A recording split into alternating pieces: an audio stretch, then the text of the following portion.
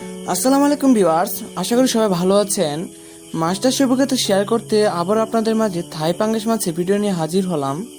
আজকে আমি আলোচনা করব থাই পাঙ্গাস মাছের সঠিক চাষ পদ্ধতি, কিভাবে পুকুরে এবং বায়োফ্লোকে থাই পাঙ্গাস মাছ চাষ করবেন সেই সম্পর্কে আজকে আমি বিস্তারিত আলোচনা করার জন্য চেষ্টা করব। তার আগে বলে নিচ্ছি, আপনারা যারা আমার চ্যানেলের নতুন মেম্বার তারা এখনই সাবস্ক্রাইব করে দেন, এবং আর যারা সাবস্ক্রাইব করে দিয়েছেন তারা লাইক বাটনে লাইক দিয়ে ভিডিওটি শেষ পর্যন্ত দেখুন। থাই পাঙ্গাস মাছ বলতে এগুলোকে থাইল্যান্ড থেকে আনা হয়েছে বাংলাদেশে। তারপর থেকে এগুলোর উৎপাদন শুরু হয়েছে।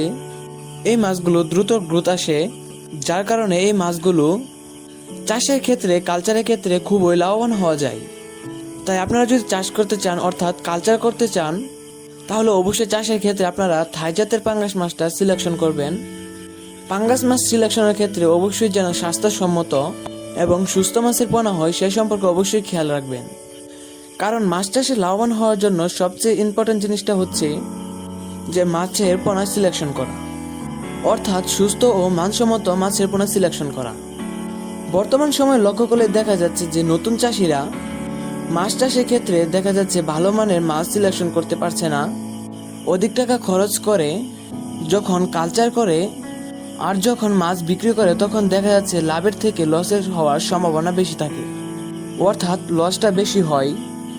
আর তখনই আস্তে আস্তে মাছ চাষ করার আগ্রহটা কমে যায়। তাই আপনাকে প্রথমে ভালোভাবে মাছ চাষ সম্পর্কে বিস্তারিত জানতে হবে, তারপর মাছ চাষ শুরু করতে হবে।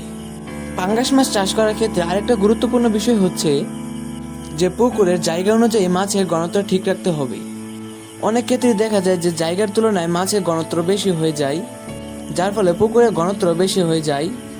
এতে মাছে রোগ আক্রান্ত দেখা যায়, অথবা মাছের গ্রোথ আসে না, খাদ্য বেশি লাগে, এরকম অবস্থা লক্ষ্য করা যাচ্ছে।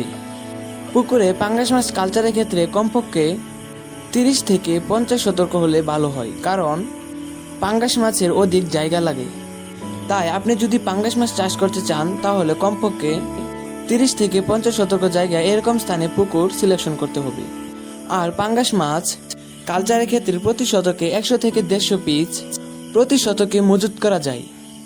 তো আপনার যদি 50 শতক পুকুর থাকে, তাহলে আপনি 6 থেকে 7,000 পিস পোনা মজুত করতে পারবেন।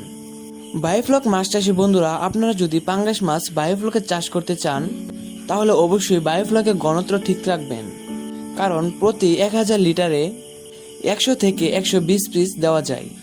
এই বিষয়ে অবশ্যই লক্ষ্য রাখবেন মাছ চাষী বন্ধুরা, কারণ বায়োফ্লকে চাষ করার ক্ষেত্রে জায়গা খুবই কম। তাই আপনারা ঘনত্ব ঠিক রাখবেন, কোনো প্রকারের যেন ঘনত্ব বেশি না হয়ে যায়, তাহলে কিন্তু মাছ চাষের ব্যাঘাত ঘটবে। এ বিষয়টা অবশ্যই মাথায় রাখবেন। বায়োফ্লকে অথবা পুকুরে আপনি পাঙ্গাস মাছকে যেভাবে খাবার দিবেন, দিনে 2 বার খাবার দিতে হবে পাঙ্গাস মাছকে। আপনি সকালে অথবা বিকালে খাবার দিতে পারেন। তো 2 বারের ক্ষেত্রে মাছের গ্রোথ দ্রুত আসবে, আর খাদ্য অবস্থায় এগুলোকে যত খাবার দিবেন তত গ্রোথ আসবে।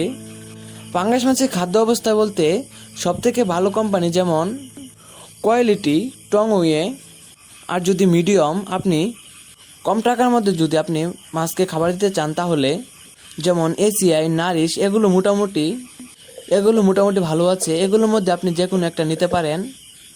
তো এইগুলো মিনিমাম 30 থেকে 35% আমিষের পরিমাণ থাকে। তো আশা করি এই খাদ্যগুলো ভালো আছে, আপনারা এই খাদ্যগুলো সিলেকশন করতে পারেন।